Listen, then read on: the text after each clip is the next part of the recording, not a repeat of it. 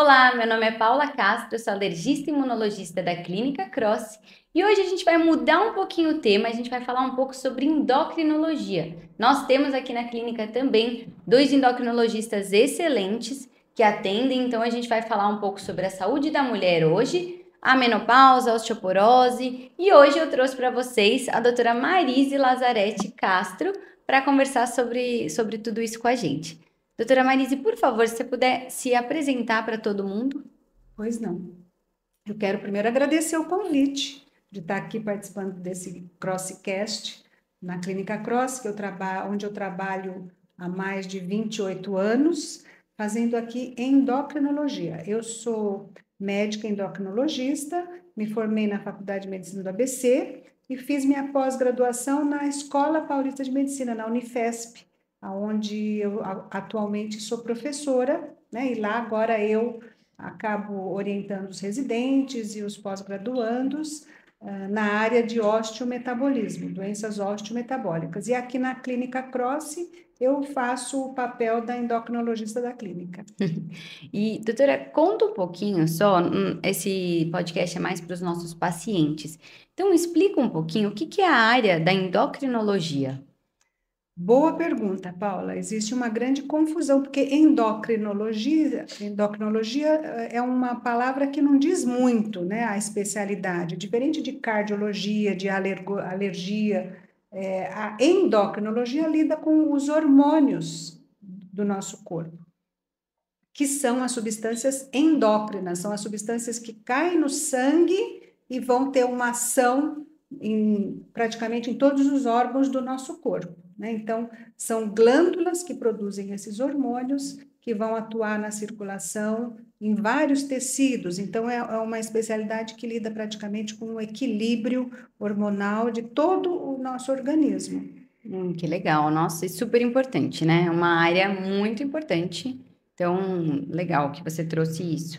E são para exemplos de glândulas endócrinas: a tireoide, a hipófise, que produz vários hormônios que controlam muitos órgãos, muitas outras glândulas do nosso organismo, as paratiroides, que ficam atrás da tireoide, as glândulas adrenais, o pâncreas é um órgão endócrino também, os ovários, os testículos. Então, realmente são várias glândulas endócrinas que têm papéis diferentes. E quais são os hormônios, assim, que essas glândulas produzem? Só para eles se familiarizarem com os São nomes. muitos hormônios. O hormônio de crescimento, por exemplo, é produzido na hipófise, né?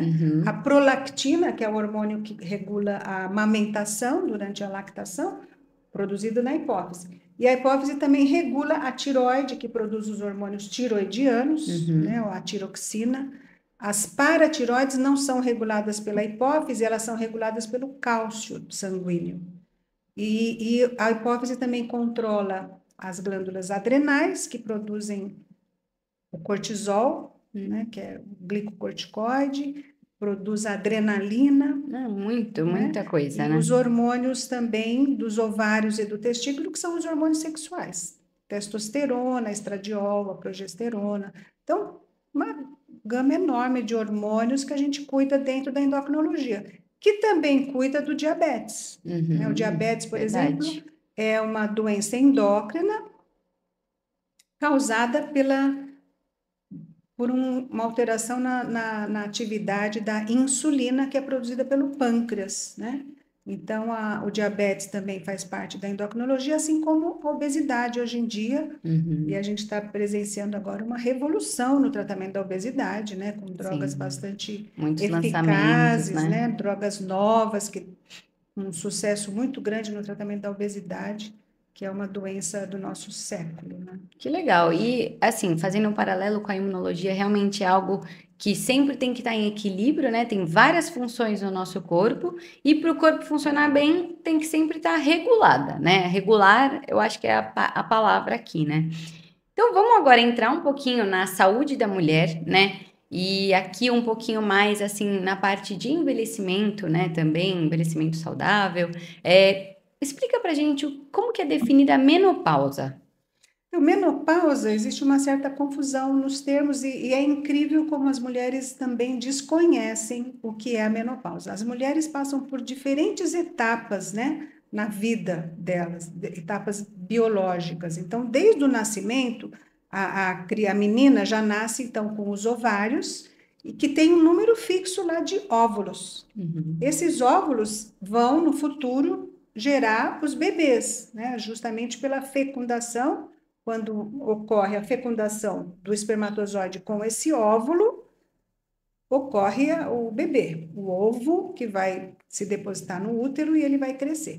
Esse ovário, além dos óvulos, ele produz também hormônios, os hormônios femininos, o estrógeno e a progesterona, né? Então, ele é responsável pela fecundidade, pela fertilidade da mulher, né? E é interessante que a menina, então, ela passa pela infância até o momento da puberdade, quando esses ovários começam a produzir mais hormônios e ela passa, então, a ter a ovulação. Aí, nessa ovulação, ela é seguida da menstruação. Então, a primeira menstruação da mulher, a gente chama de menarca. E é um momento muito importante, e é a partir de lá que ela vai começar a ter os ciclos menstruais. Esse ovário vai liberando os óvulos, né, até que chega um determinado momento da vida da mulher que isso para de acontecer. O ovário para de produzir os óvulos e também para de produzir os hormônios sexuais, o estrógeno, a progesterona. E esse é o momento da menopausa. A menopausa é a data da última menstruação da mulher. Então, às vezes a gente fala, a mulher está na menopausa. Na verdade, ela está na pós-menopausa, né? A menopausa é aquele momento, um momento. Uma foto. E existe também o termo climatério. Climatério é um período que abrange desde alguns anos antes da menopausa até alguns anos depois, porque esse ovário já começa a perder a sua função mais ou menos uns 5 anos antes da menopausa. Então, já começa a ter um decaimento da produção dos hormônios do ovário 5 anos antes da menopausa, mais ou menos, em média, né? E o climatério se limita a esse período de 5 anos antes e 5 anos depois da menopausa, que esses 5 anos depois é quando aparecem os sintomas da menopausa, né? Da pós-menopausa, do climatério, que decorrentes da queda do estrógeno na mulher. E a partir de então, a mulher deixa de ser fértil, ela para de engravidar, ela não vai mais engravidar. E é interessante que a mulher nasce com um número fixo de óvulos. Então, e não muda isso, ele não aumenta. E o homem não, o homem está sempre produzindo espermatozoides, então ele não tem esse momento de parada, de interrupção na fertilidade, né? Então, o homem consegue ter filhos até durante o envelhecimento, após o envelhecimento. A mulher não. Então, isso tem consequências importantes na vida da mulher, porque ela para de produzir esses hormônios, né? Então, os hormônios é que são super importantes nessa fase. Existe alguma indicação de, você falou 5 anos antes da menopausa já começa a diminuir. Existe alguma indicação de ficar dosando esses hormônios antes da menopausa? Não, a gente só dosa esses hormônios quando existe algum distúrbio, por exemplo, na menstruação, né? Alguma irregularidade menstrual, a pessoa fica sem menstruar um período da vida, meses, por exemplo, ou a menstruação é muito irregular, porque o certo é ter regularidade no ciclo. Então, tem mulheres que têm ciclos de 25 dias, ou outras de 28 dias, outras de 32 dias, mas, em geral, eles são constantes. Quando começa a acontecer essas alterações, é que pode estar já chegando a menopausa. A menopausa, ela é normal a partir dos 45 anos de idade, né? Se ela acontece antes, a gente chama de menopausa precoce ou menopausa prematura. Então, é importante, nesse momento, dosar no sangue. Mas se está tudo correndo bem, e os ciclos menstruais é um parâmetro que a gente leva muito em consideração. Se eles estão vindo com regularidade, isso já dá uma certa tranquilidade de que está tudo bem. Porque, inclusive, outras doenças também interferem no ciclo menstrual, né? Então, tem várias situações clínicas ou de doenças mesmo que nem são endócrinas que podem mexer com o ciclo menstrual. E aí precisaria de uma Aí investigação teria que maior. investigar, né? Entendi. Mas normalmente, quando os ciclos estão regulares, é um indício de que está tudo correndo bem e vai estar tudo certo. Entendi. E você falou, né, que nos homens isso tudo é diferente. Existe a andropausa? Não existe a andropausa nos moldes de que acontece na mulher, porque realmente os ovários param de produzir os estrógenos, né? O estrogênio não produz mais a progesterona também. E no homem não acontece isso, ele tem sempre a produção da testosterona e a espermatogênese desde que esteja tudo bem com ele. Ele não vai ter esse momento de queda brusca dos hormônios sexuais. No decorrer da idade, vai decaindo a produção da testosterona no homem, né? A partir dos 40, 50 anos, começa a ter um decréscimo, mas dentro da normalidade, nada que seja Esperado, então. nada que seja abrupto. Quando ocorre uma queda muito acentuada, aí tem que se investigar, porque pode ser alguma doença, né? Alguma falta de produção. Como eu falei para vocês, a hipófise regula também a produção de hormônios sexuais do testículo e do ovário. Então, se tiver algum problema na hipófise, pode dar o que a gente chama de hipogonadismo, pode parar ou reduzir a produção da testosterona. Ou alguma doença do testículo, propriamente Entendi. dita. A obesidade também pode acabar reduzindo a testosterona? Sim, a obesidade é uma situação em que a testosterona costuma ser mais baixa. E a gente está vivendo, né, atualmente um crescimento muito grande, né, da obesidade. Uma epidemia de obesidade, né? Então, realmente, a obesidade interfere também no nível da testosterona. E aí teria que atuar diretamente na Na obesidade, né? obesidade, tem que Tá. combater a obesidade para a gente ter a normalização de diversos parâmetros, né? A obesidade interfere em Muita vários coisa. setores do nosso organismo. É. Inclusive, na mulher também pode alterar os ciclos menstruais, né? A Ah, sim. obesidade interfere também nisso. Entendi. Uma série de outras complicações que vêm junto com a obesidade. E você estava falando dos sintomas, né? Então, quando para de produzir os hormônios, começa, até antes, né? Começa a ter alguns Um pouquinho sintomas. antes, um pouco antes já começam os Quais sintomas, são esses sintomas para explicar para as nossas mulheres, né? sintomas do climatério. Em geral, o que é muito falado, a pessoa acha que é o único sintoma que pode acontecer, são os fogachos, são as ondas de Os calor, clássicos, são né? os calores que vêm de repente, a mulher fica até transpirando, fica vermelha. Isso incomoda muito, especialmente quando a mulher é ativa, está trabalhando, está numa reunião ali com outras pessoas e de repente vem a onda de calor, que pode, né, ser inconveniente. À noite também começa a vir as ondas de calor e acaba a pessoa acorda com calor, tira toda a roupa, se descobre, né? Diminui a roupa, se descobre, de repente vem. Então, estes são os fogachos, aí vem o frio em seguida, que a gente chama de friacho. Então, é o fogacho seguido do friacho. E fica esse tira e põe de cobertor, que é bem típico da mulher no climatério. Mas não é só isso, né? A mulher ainda ela pode ter quadros de depressão, insônia, irritabilidade, queda de cabelos, alteração das mucosas, secura das mucosas, tanto ocular como oral, quanto a mucosa vaginal, o que acaba levando a também problemas na relação sexual, com dor na relação sexual, que a gente chama de dispareunia, infecções urinárias de repetição, porque o finalzinho da uretra, que é o canal por onde passa a urina, também responde ao estrógeno. Então, o estrógeno deixa esses tecidos todos, da pele, do cabelo, das unhas, das mucosas, né, que são as partes internas que recobrem os orifícios do corpo, deixa ele mais vivo, mais hidratado e mais resistente. Quando cai os estrógenos, tudo isso pode aparecer. Alguns estudos apontam que também a parte cognitiva, né, a parte de raciocínio, a parte de memória, pode também estar comprometida durante a menopausa. Então, são vários os Muita sintomas, coisa, né? Nossa. e tem os sinais também que a gente vê. Por exemplo, o colesterol sobe, né? Às vezes a pressão também sobe, mas é nítida a elevação do colesterol na pós-menopausa.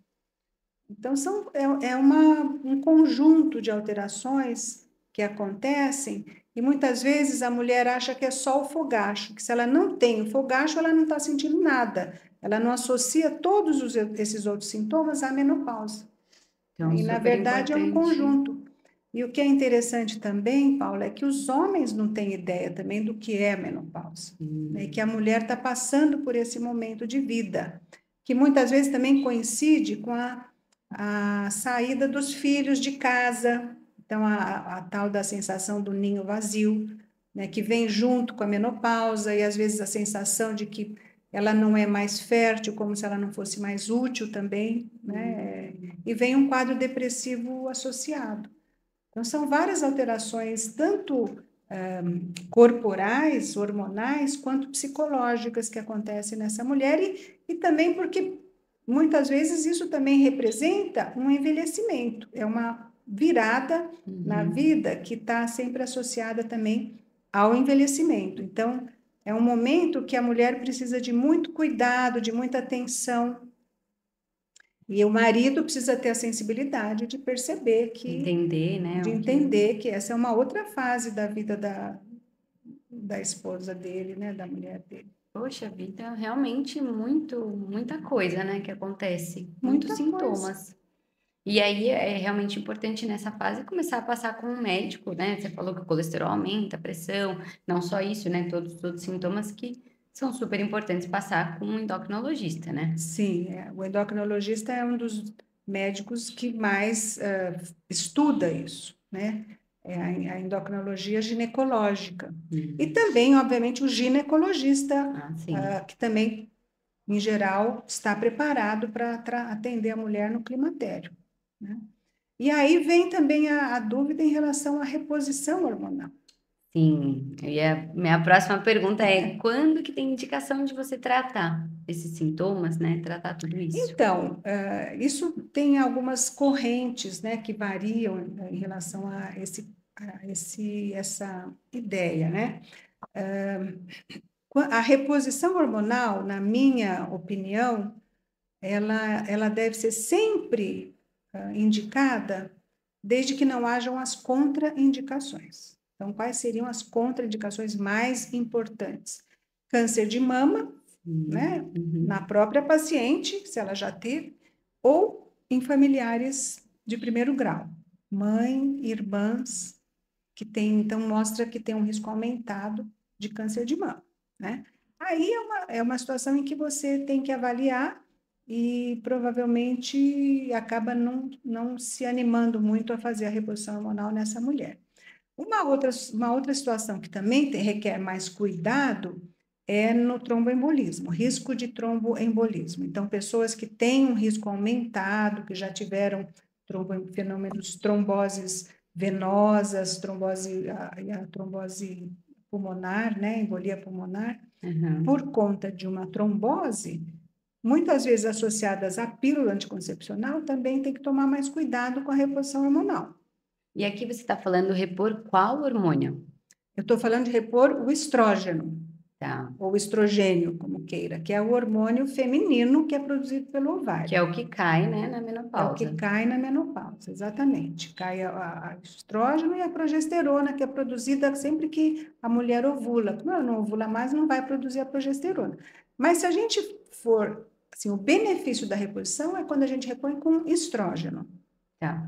Quando a nossa paciente tem útero, quer dizer, ela não tirou o útero ao longo da vida, fez uma esterectomia, porque às vezes por conta de mioma, de sangramentos, a gente, quando dá o estrógeno, a gente é obrigada a usar também a progesterona. Quando ela não fez esterectomia. Quando ela tem o útero íntegro. Sim. Então, quando a gente vai fazer a reposição hormonal pós-menopausa com estrogênio, a gente tem que associar a progesterona. Por quê? No útero, a camada interna do útero é o endométrio, e é o tecido que sempre se descama quando a mulher menstrua. Quando a gente usa estrógeno, a gente vai aumentando a espessura desse endométrio. E aí, como não tem a ovulação e não vai ter a progesterona, esse endométrio fica espessado e pode dar hemorragias e até um risco no longo prazo de ter um câncer de endométrio. Então, quando a paciente tem útero e a gente está fazendo reposição hormonal, a gente tem que dar também a progesterona. Então, a reposição hormonal plena é com estrógeno e progesterona. Não sempre a progesterona não precisa ser sempre contínua. A gente pode fazer ela cíclica, né? Ou até usar o dispositivo intrauterino, que é o DIU, que é impregnado, né? O que tem hormônio, porque ele funciona também antagonizando lá o estrógeno dentro do útero. Então, quando a mulher tem o DIU, ou aceita a ideia de colocar o DIU, ela não precisa tomar a progesterona. Ah, entendi. Legal. E o risco? Eu sei que tem uma associação, né, entre o risco cardiovascular e a reposição de hormônio. Conta pra gente um pouquinho sobre isso. Então, em geral, o que a gente vê nos estudos é que tem um benefício. A reposição hormonal, além de restaurar esse equilíbrio do papel do estrogênio nos diferentes tecidos do nosso corpo, nas mucosas, no cabelo, ela também atua no coração, né, melhorando a vascularização do coração, então diminuindo o risco cardiovascular, na pressão arterial, nas concentrações do colesterol, né? Então tem um benefício também nessa parte super na parte cardiovascular. Né? Tá. Então eu acho que deve ser sempre indicado, ou tem que se explicar tudo isso para a mulher, né, dos benefícios que superam os riscos muitas vezes, né, que são os riscos que eu falei, que seria basicamente o câncer de mama e os fenômenos tromboembólicos. Né? Porque quem não tem o risco não vai ter, mesmo fazendo reposição hormonal. Além do que os cuidados têm que ser mantidos. Então, a gente tem que fazer sempre os exames periódicos. Tem que fazer a mamografia, ultrassom de mama, ultrassom pélvico, e acompanhando essa paciente pelo menos uma vez por ano, né? Ou a cada 2 anos no máximo. Tá, legal. Nossa, estou aprendendo muito aqui, estou adorando. Estou revivendo toda... se preparando para a menopausa. Eu espero que demore. Espero que ainda demore. E a gente hoje em dia está tendo uma febre de reposição hormonal com testosterona. Por isso que eu quis frisar qual hormônio que normalmente a gente faz a reposição, né? Então, tem aumentado muito os esportes, né? E o uso de testosterona indevido. Então, vamos falar um pouquinho aqui para reforçar isso. Então, essa parte tá terrível hoje em dia. Eu sou diretora da Sociedade Brasileira de Endocrinologia e Metabologia, da SBEM. Então, lá eu sou diretora científica. E uma das nossas grandes lutas hoje em dia é ir contra esse exagero na prescrição dos anabolizantes, né? Que basicamente é a testosterona, e tem outras substâncias também que têm ação de hormônios masculinos. Então, na mulher, não tem justificativa para usar hormônio masculino nas concentrações que elas atingem usando esse chip da beleza. E essas reposições hormonais completamente esdrúxulas e não naturais. Né? Então, a gente está cansado de ver mulheres que têm níveis de testosterona maiores do que os homens. E isso, claro, que acarreta uma série de problemas para o organismo. A mulher não foi feita para ter esse nível de testosterona. Então, isso, ao contrário do estrógeno, piora o risco cardiovascular. Aumenta muito o risco de ter eventos ruins no coração. Infarto do miocárdio, né? Piora o colesterol, aumenta a pressão arterial. Então, uma série de complicações, aumenta a agressividade, né, no comportamento. Isso não só na mulher, mas no homem também. O homem que faz reposição hormonal exagerada, acaba tendo também comportamento agressivo, né? Violência incontrolável. Então, às vezes a gente vê esses feminicídios aí, desses homens que batem nas mulheres, pode ser que eles estivessem fazendo reposição hormonal, com hormônios, que acabam levando a essa agressividade tão grande, né? Nem sempre é isso, mas isso com certeza pode contribuir para essa agressão, é incontrolável, né? Uma violência incontrolável. Então, isso é fruto da reposição com testosterona de maneira inadequada. E quando que é a maneira adequada de fazer uma reposição Para com testosterona para a mulher? Tem pouca indicação de se fazer. A gente sempre que faz a indicação é deixar a testosterona nos níveis normais da mulher.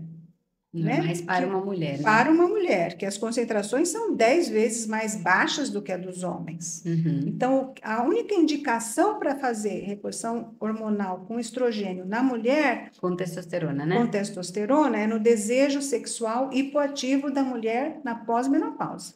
Então. Aí você pode tentar ver se com a testosterona melhora o desejo sexual da mulher e a relação do casal. Mas também é um teste terapêutico que a gente faz. Experimenta para ver se melhora, né? Porque nem sempre é essa a causa do problema. E nesses casos, a testosterona é injetável? Não, a gente usa a testosterona transdérmica. A gente usa cremes manipulados, porque não existe na farmácia para vender para mulher, só existe para homem. Então, o que existe na farmácia foi tudo produzido para homem. Para mulher, a gente tem que mandar manipular. Porque a dose é mais baixa? Creme de testosterona, porque a dose é muito mais baixa. Então, aqui no Brasil, não existe testosterona na farmácia produzida para mulher. Só existe a reposição de testosterona para os homens. Então, são concentrações muito altas. E esses chips aí da beleza que o pessoal fala, muitas vezes a pessoa o médico mesmo não tem controle da quantidade de hormônio que foi colocado no chip e quantidade que vai ser liberada na paciente e depois você não consegue retirar o chip. Você tem que esperar ele desaparecer, né? Consumir então, todo aquele hormônio. Tudo. Isso leva, às vezes, meses e anos. Tem pacientes que levam mais de um ano para voltar ao normal a concentração de testosterona. Então, não é indicado, né? Inclusive, hoje já está proibido, não está?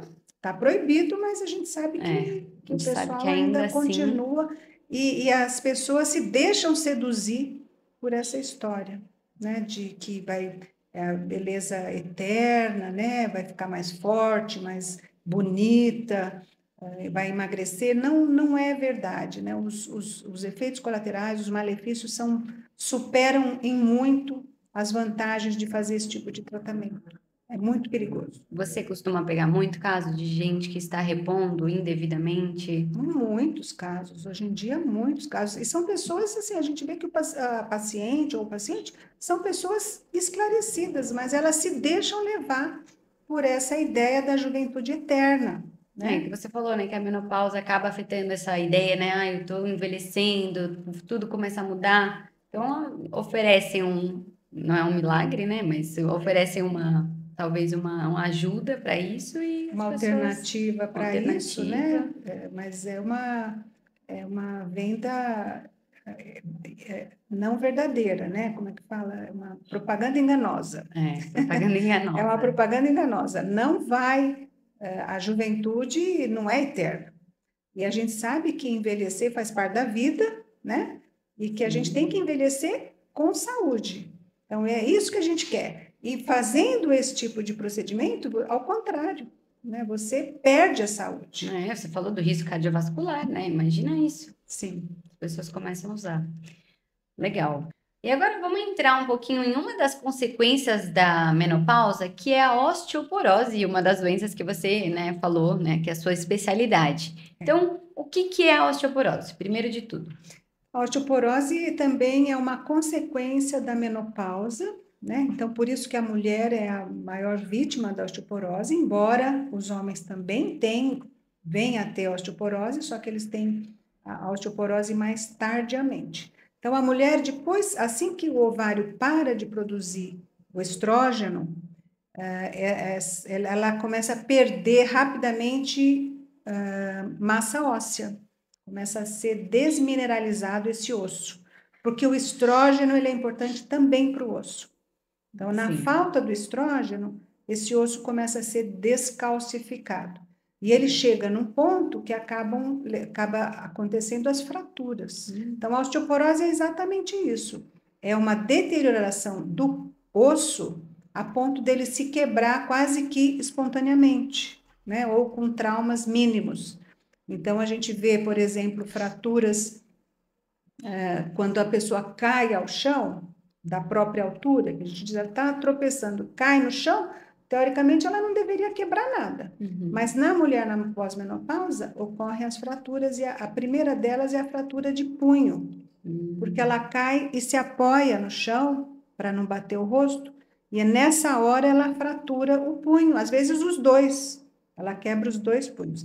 Essa é a fratura que acontece mais precocemente e que é um sinal já de osteoporose. Então, as mulheres que tiveram esse tipo de fratura já devem procurar o médico para fazer o tratamento da osteoporose dela. É uma fratura que a gente considera por osteoporose.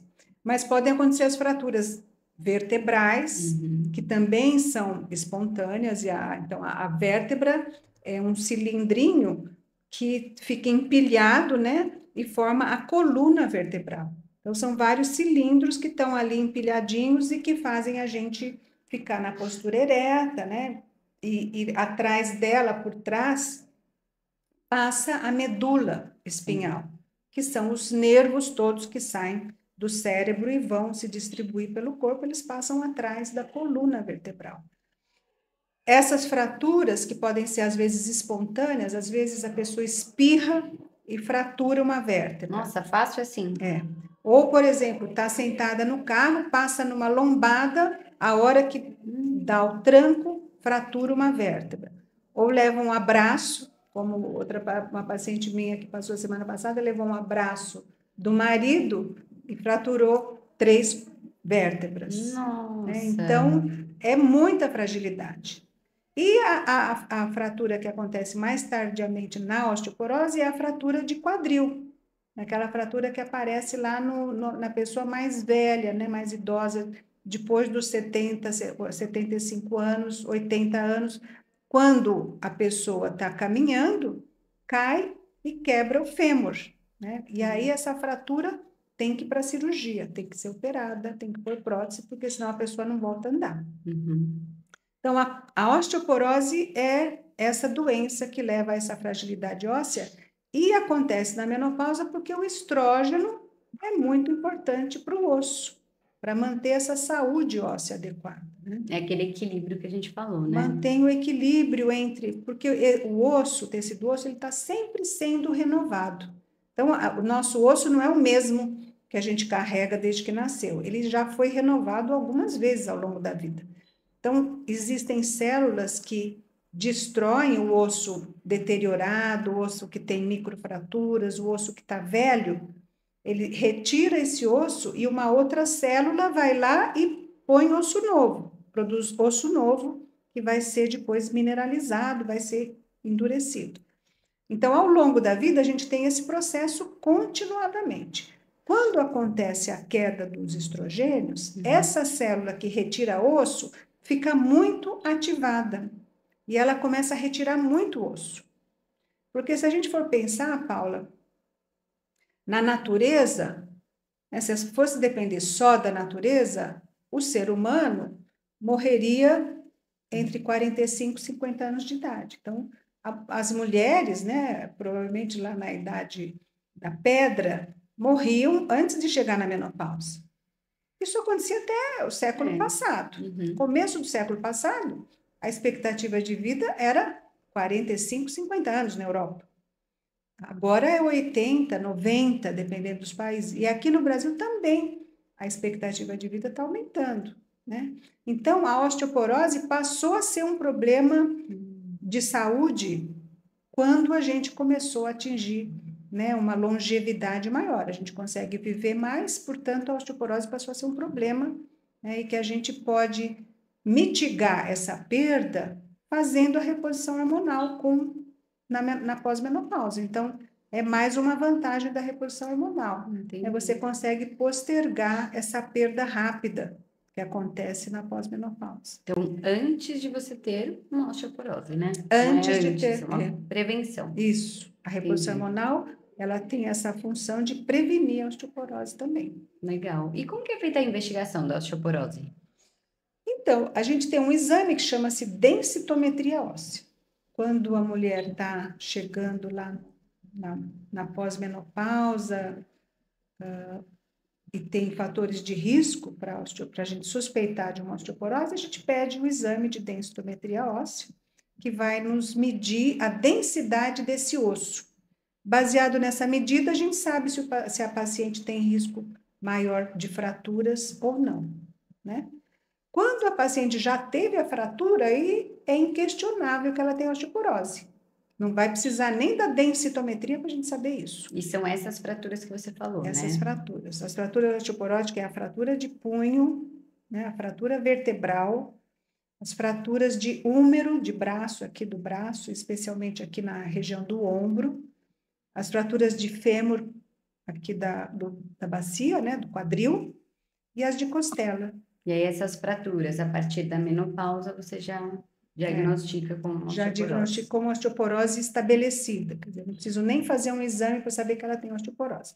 Agora, é importante lembrar também que não é só a pós-menopausa que leva à osteoporose. Um grande número de doenças e até de medicamentos que a gente usa hoje em dia podem também levar à osteoporose. Então, a gente não pode simplesmente falar, é pós-menopausa, que a gente tem que investigar um pouquinho esse paciente, quando vem também com osteoporose. Quando vem mais jovem, né, com alguma Procurar fratura uma suspeita. causa, né, que a gente fala uma causa secundária, uma causa que está levando à osteoporose, que às vezes até se associa à pós-menopausa. Mas, por exemplo, um hipertiroidismo, né, quando a tiroide funciona demais, quando tem algumas outras doenças inflamatórias, né? Uso de corticoide, Uso né? de corticoide. Excessivo, né? Crônico. O corticoide é um remédio excelente para tratar um grande Muitas número de doenças, mas para o osso ele é muito ruim. Ele leva a fraturas ósseas. Então, quando tem que se usar corticoide por mais do que 3 meses continuadamente, tem que fazer a prevenção da osteoporose. Senão, a paciente, ou tanto homem quanto mulher, pode ter fraturas, né? Especialmente fraturas vertebrais, por conta do corticoide. Então, não é só a osteoporose não vem só com a menopausa. Tem várias outras doenças que podem trazer a osteoporose também. E aí tem que investigar, né? Tem que investigar. Tá, entendi, legal. E qual que é o tratamento da osteoporose? Então, o tratamento, ele tem tanto tratamento não medicamentoso quanto medicamentoso. A parte não medicamentosa, a gente tem que cuidar da alimentação, então, especialmente a alimentação rica em cálcio, e o cálcio vem basicamente dos laticínios. Então, essa outra moda de tirar o leite, que é inflamatório, também não tem fundamento, né? Não tem fundamento nenhum. Se o paciente que não tem tolerância à lactose pode tomar leite, não sente mal com isso, o ideal é que ela consuma ou ele consuma os laticínios para que tenha as quantidades recomendadas de cálcio na alimentação. Então, seriam 2 a 3 porções de laticínios, que seria o leite, o iogurte, o queijo, a ricota, a coalhada, tudo isso é rico em cálcio, são os alimentos mais ricos em cálcio que a gente tem. E esse cálcio vai ser muito importante para o osso. Então, as pessoas que não consomem laticínios acabam ficando com deficiência na ingestão do cálcio, e que acaba levando à descalcificação do osso. Né? Então, a alimentação é um primeiro ponto para a gente... Se a pessoa não pode tomar leite, tem alergia, tem intolerância, aí a gente usa os comprimidos com cálcio para chegar na meta que a gente almeja. Vitamina D, né? Todo mundo Sim, tem muito que ter importante, né? quantidade normal de vitamina D no sangue, né? A gente dosa para ver se tem. E qual que seria o nível normal? O normal, no caso da osteoporose, a gente quer que fique ao redor de 30 Para alguém que nanogramas por já tem ml. osteoporose. É ao redor de 30 nanogramas por ml. Em Para a geral, população normal, para a população jovem e saudável, acima de 20 nanogramas já está satisfatório. Mas para quem tem algum problema ósseo, é melhor que fique acima de 30 nanogramas por ml quando a gente dosa no sangue a vitamina D, né? Se não tem essa quantidade, a gente tem que suplementar. Com 1.000 a 2.000 unidades por dia, é uma dose bem segura e suficiente para deixar nesses níveis, né? Além da vitamina D, do cálcio, atividade física, que o sedentarismo é péssimo para o osso, o sedentarismo descalcifica o osso entende que não precisa ser forte, porque ninguém está exigindo nada dele, e ele reabsorve. Então, o sedentarismo leva à osteoporose também, agrava a osteoporose, né? mas tem alguns exercícios que são mais adequados, né, para quem já tem osteoporose. Se a Pelo pessoa risco já é de... muito frágil, o ideal é que ela até faça exercícios com orientação de um profissional bem treinado em pacientes Entendi. com fragilidade óssea. Então, mais Se é específico, jovem né? e não tem ainda osteoporose, né, ou está caminhando para isso, aí já pode ser um exercício um pouco mais de força, musculação, exercícios que tenham carga, né, sobre o osso. Porque o músculo é muito importante, né, também. O músculo é fundamental para a manutenção da saúde óssea. O músculo leva o osso junto com ele. Então, se o músculo está forte, o osso fica forte também. E o contrário também é verdadeiro. Se o músculo está fraco, o osso também enfraquece. Entendi. E voltando um pouquinho sobre a vitamina D, que é super importante, né? Foi muito falada durante o Covid. A vitamina D, ela é uma vitamina que a gente toma, que a gente pode tomar, mas como que a gente tem a vitamina D, né, no nosso corpo? Como que a É gente uma boa adquire? pergunta, porque existe essa dúvida, né? Porque, em geral, vitaminas precisam ser ingeridas, com exceção da vitamina D, porque ela é produzida no nosso organismo quando a gente toma sol. Então, a pele tem a capacidade de produzir a vitamina D quando exposto aos raios ultravioletas solares. Hoje em dia, o que a gente vê? A gente tem muito menos oportunidade de tomar sol. Então, ter deficiência de vitamina D não é uma novidade, porque a gente vive em ambientes fechados. Sim, trabalho sempre Além do que, dentro. a gente sabe que o sol excessivo pode lesar também a pele, né? Pode levar ao envelhecimento da pele e ao risco de câncer. Então, com isso, as pessoas acabaram tomando muito menos sol, né? E acaba levando à deficiência de vitamina D, porque não tendo sol, não produz vitamina D. Então, a gente tem que acabar tomando vitamina D nessas situações, especialmente na osteoporose, E né? qual que é a recomendação de exposição ao sol? Então, uma exposição segura é, em geral, 10 minutos por dia, mas tem que ser o sol forte. É o sol entre 10 da manhã e 3 da tarde, porque ele tem que incidir num ângulo que propicie a síntese da vitamina D na pele. Se ele tiver muito tangencial, ele não vai fazer vitamina D, né? Então, é importante que ele tenha o ângulo correto quando atinge a pele. Além do que, por exemplo, o que pode interferir é a pigmentação da pele. Sim. Quem tem peles mais claras tem mais facilidade de produzir vitamina D, com pouca exposição solar, mas quem tem a pele mais escura precisa de mais tempo, porque a melanina, que é o pigmento que dá cor na pele, ela funciona como um filtro solar. Então, ela impede que o raio ultravioleta atinja as camadas mais profundas da pele para produzir a vitamina D, né? Então, tem todas essas variáveis. Quando a gente fala, quanto tempo precisa ficar no sol? Depende. Depende da cor da pele, depende da estação do ano, né? Depende de uma série de outras características. A pele envelhecida vai perdendo a capacidade de produzir vitamina D. Então, os idosos têm menos capacidade de produzir vitamina D do que os jovens. Então, normalmente eles têm já uma deficiência também, o que contribui mais ainda para a osteoporose. Exatamente, exatamente. Então, depois que a gente cuidou de toda essa parte, a gente vai para os medicamentos Sim. para tratar a osteoporose. Aí tem uma lista lá de medicamentos que são divididos entre antirreabsortivos, que são os que impedem a perda óssea, e os anabolizantes ou anabólicos, que formam o osso novo.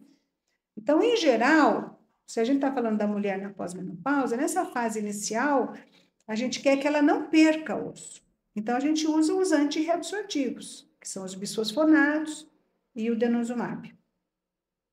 Então, os bisfosfonatos é o alendronato, que tem no posto de saúde, o risedronato, o ibandronato e o ácido zoletrônico. E o denosumab são injeções subcutâneas semestrais que a gente usa durante muito tempo, porque também a osteoporose ela não tem cura. Né? Ela é como uma pressão alta, você tem que ficar tomando remédio, tem que tratar. Né? Tratar ao longo da vida, porque senão ela volta. E os anabólicos, né, as medicações que formam o osso, a gente deixa para os casos mais graves. Quando a pessoa já perdeu muita massa óssea e não vai, e você só impedir a perda já não vai adiantar. Então, você usa os anabolizantes, né, os anabólicos ossos, que não é o anabolizante que a gente usa, que se fala aí que usa, que é a testosterona, não é essa anabolizante. Anabolizante é uma substância que produz, né, síntese proteica. Então, no caso do osso, tem o romosozumab e a teriparatida, que são os dois anabólicos que a gente usa quando a osteoporose é muito grave. E aí, isso você vê pela densitometria, o nível e número de fraturas? Existe até uma ferramenta na internet que chama Frax, que a pessoa pode entrar lá qualquer. O próprio paciente pode fazer? O próprio paciente pode fazer, mas o médico, né, que acaba usando isso para saber mais ou menos o risco de fratura do paciente. Então, se você entra no site Frax, F-R-A-X, vai ter lá um questionário que a pessoa vai preencher as características dela, né, ou do paciente. Então, a idade, o peso, a altura, se já teve fratura, se tem história familiar de fratura, se usa glicocorticoide, se é tabagista, porque o fumo piora a osteoporose. Então, você põe todos os fatores de risco e calcula qual é o risco de fratura desse paciente. Se o risco é muito alto, a gente já começa a tratar com os anabólicos. Se o risco é intermediário, né, um risco alto, mas não tão alto, dá para a gente usar os antirreabsortivos. Né? Entendi. E nesse Frax também entra a densidade mineral óssea. Você coloca lá o resultado da densitometria, que ajuda, né, na precisão aí do risco de fratura desse paciente nos próximos 10 anos. O Frax calcula o risco de fratura da pessoa nos próximos 10 anos. Que legal. É legal. Nossa, uma ferramenta bem importante, né, para os médicos saberem também. Muito importante, é muito útil, inclusive para os lugares onde não tem densitometria disponível, né? Nos lugares mais remotos, você pode usar o Frax para começar a investigação do paciente. Então, teria indicação de usar ele como uma porta para os medicamentos. Isso, assim. uma ferramenta, inclusive o SUS reconhece o Frax, né? Que legal. Como uma ferramenta para você identificar o paciente que tem mais risco para ter fratura. Entendi. E começar a tratar. Muito legal o nosso papo. Eu tenho uma curiosidade que agora você conversando me veio isso. Por que as mulheres, evolutivamente pensando, por que elas diminuem o hormônio? Qual que seria a importância disso? Eu não sei exatamente porque difícil não tive a oportunidade de perguntar para o nosso criador, mas eu acho que ela tem esse tempo de vida os ovários, né? Foram assim formados, eles têm lá o número X de óvulos, que ao longo da vida vão, às vezes, morrendo alguns e outros sendo utilizados. Até uma hora que para de ter esses óvulos, porque também quem sofre a gestação é o corpo da mulher. E muito provavelmente com o envelhecimento também não ia ser, ela não pode ser gestar até o final da 90 vida, anos, né? né? Então era um momento em que ela já pararia a capacidade dela de levar uma gestação até o fim. E como a gente falou, a natureza programou que a gente vivesse até a menopausa, Verdade, né? A até os gente que 50 com a anos. medicina foi. Graças à medicina, né, à nossa civilização moderna, as vacinas, todos os mecanismos que fazem a gente superar todas as doenças que a gente pode ter ao longo da vida, fez com que agora a gente morre não é raro você ver alguém com 90, 100 anos de idade, o que há 50 anos atrás era uma raridade. Então foi muito rápida essa evolução. Só que a mulher, então, para de produzir esses hormônios ao redor dos 50 anos de idade, mas ela ainda vai ter mais 50 anos pela frente. Sim. Por isso que a reposição hormonal, nesse caso, faz sentido, né? Sim, com certeza, né? Foi algo que precisou ser desenvolvido porque as mulheres começaram a envelhecer mais, né? Exatamente, exatamente. Muito legal, muito obrigada. Você tem mais alguma coisa para falar? Mais algo relevante nesse tema de saúde da mulher? Eu acho que isso é importante que a mulher entenda o que essa etapa que ela está passando, Não só a mulher, mas o homem, né? e que o Também. homem também respeite isso e saiba que é uma mudança muito grande na vida da mulher, né? Eu acho que o endocrinologista, o ginecologista são profissionais que podem ajudar nesse momento de vida, tirar as dúvidas, né? Esclarecer todas as questões que ela tenha, que o marido também, o colega, o companheiro tenha, para poder superar essa fase. Né? Depois de alguns anos, a mulher se adapta a essa nova situação e tudo volta também ao equilíbrio. Mas essa transição, que a gente chama de climatério, é uma fase difícil, é uma fase difícil mesmo. Entendi. Então, não deixe de procurar uma ajuda, né, profissional adequada. Acho Com que isso certeza, talvez né? essa seja Importante. a mensagem, né? E que hoje em dia a gente sabe que não é o fim do mundo, né? Que a gente vai Consegue superar, conseguir né? superar, existem formas de você, entendendo melhor, você consegue superar melhor todos esses problemas que acontecem nessa fase. E que pode também lançar mão da reposição hormonal, né? Quando possível, a reposição hormonal vai trazer uma série de benefícios nessa mulher que está passando pela menopausa, pela pós-menopausa. Eu acho que é importante a informação. Então, isso que a gente está fazendo aqui hoje é muito importante, porque eu tenho certeza que muitas mulheres vão se reconhecer, né, nessa fala e entender um pouco melhor o que elas estão passando. Ai, que legal, que legal. Muito obrigada. Obrigada por ter vindo aqui. E agora a gente vai para a nossa segunda etapa que a gente tem feito com os nossos médicos, que são as perguntas relâmpago, que a gente chama. Tá. Então, perguntas rápidas, bate pronto. Vou perguntar, você responde, tá? Tá bom. Então, vamos lá. Um mito que você gostaria que acabasse na endocrinologia? O mito da juventude eterna. Né? Por exemplo, esse chip da beleza, essas medicações milagrosas. Não existe isso. Na verdade, a gente tem que garantir a nossa saúde ao longo de toda a vida, né? E não existe, infelizmente, uma pílula mágica que vai nos dar a juventude eterna. Legal. Um conselho de ouro que todo paciente deveria ouvir? Cuide do seu corpo, né? Cuide do seu corpo. Para os homens, como eles cuidam do carro deles, né? Sabendo que tem que cuidar, tem que pôr óleo, tem que pôr água, tem que calibrar os pneus, né? Tem que ver se o motor está funcionando direitinho. Tudo isso no nosso corpo é a mesma coisa. A gente tem que monitorar o corpo e ver se está tudo funcionando, né? E, especialmente, cuidar para o que a gente põe dentro do nosso corpo, que é a alimentação. E as coisas nocivas, por exemplo, o cigarro, né? Que a gente sabe que faz um mal danado. Então, cuidar da alimentação, o que você está pondo para dentro do teu corpo. Cuida, pensa nisso. Eu acho que isso é um cuidado eterno. A vida toda você tem que se preocupar com isso. Legal. E um erro comum que os pacientes cometem?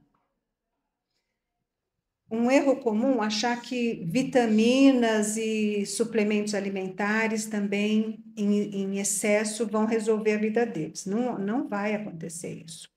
principal fonte de nutrientes é o prato bem feito. É um prato de comida bem elaborado. Prato, de preferência, feito em casa, porque hoje em dia se come muito fora, né? Os E os tais ultraprocessados. ultraprocessados, que são alimentos modificados, que têm muitas substâncias artificiais ali dentro, tudo isso faz muito mal para a gente. Então, prato saudável é uma coisa boa, que a gente deve resgatar. E um pouco de exposição ao sol também? Sim, Se exposição possível. ao sol, atividade física, né? Atividade E física. em geral a combinação atividade física ao ar livre, que você está tendo aí os dois benefícios ao mesmo tempo, né? Legal. E um hobby seu? Eu tinha o hobby de jogar vôlei. Eu jogava vôlei, eu gostava muito, me divertia com as minhas companheiras de time, mas eu tive um problema na coluna, tive que parar de jogar vôlei. Continuo fazendo atividade física, mas não posso mais jogar vôlei. Mas eu gosto de cozinhar. Eu curto cozinhar, aprender as técnicas e caprichar e cozinhar para minha família. E ela cozinha bem, viu, gente? E um lugar que você gostaria de conhecer? Ah, eu adoro viajar, mas eu queria ir lá para o Oriente, que eu não conheço ainda. Então, Japão, China, né, que são culturas completamente Completamente diferentes, diferentes. antigas, né? Culturas milenares. Eu tenho muita curiosidade de conhecer aquele lado. Que legal. Muito obrigada, doutora Marise. Foi excelente a nossa conversa. Eu adorei, aprendi muito Que bom, também. Paula. Que bom, Espero que a obrigada. minha menopausa demore, mas já sei tudo sobre ela. Já está bem Já estou informada, bem né? informada. E você gostaria de falar mais alguma coisa para os nossos ouvintes? Ah, eu só quero que vocês curtam esse cast, né? E que mandem aí sugestões, né? Os likes, as perguntas, e a gente vai preparar outros, né? Com certeza. Vamos fazer outros Com aqui. certeza. Gente, muito obrigada por ficar ouvindo aqui o nosso Crosscast de hoje. Foi um episódio super legal com a doutora Marise. Se você gostou, curta, compartilhe, divulguem para os seus amigos, né? Amigas, amigos, maridos, todo mundo, tá? E a gente vai continuar fazendo uns vídeos e podcasts bem legais. Muito obrigada. Isso aí, obrigada. Esse podcast tem caráter exclusivamente educativo e informativo. O conteúdo não substitui a avaliação, diagnóstico ou tratamento médico. Em caso de dúvidas sobre sua saúde, procure sempre um profissional habilitado.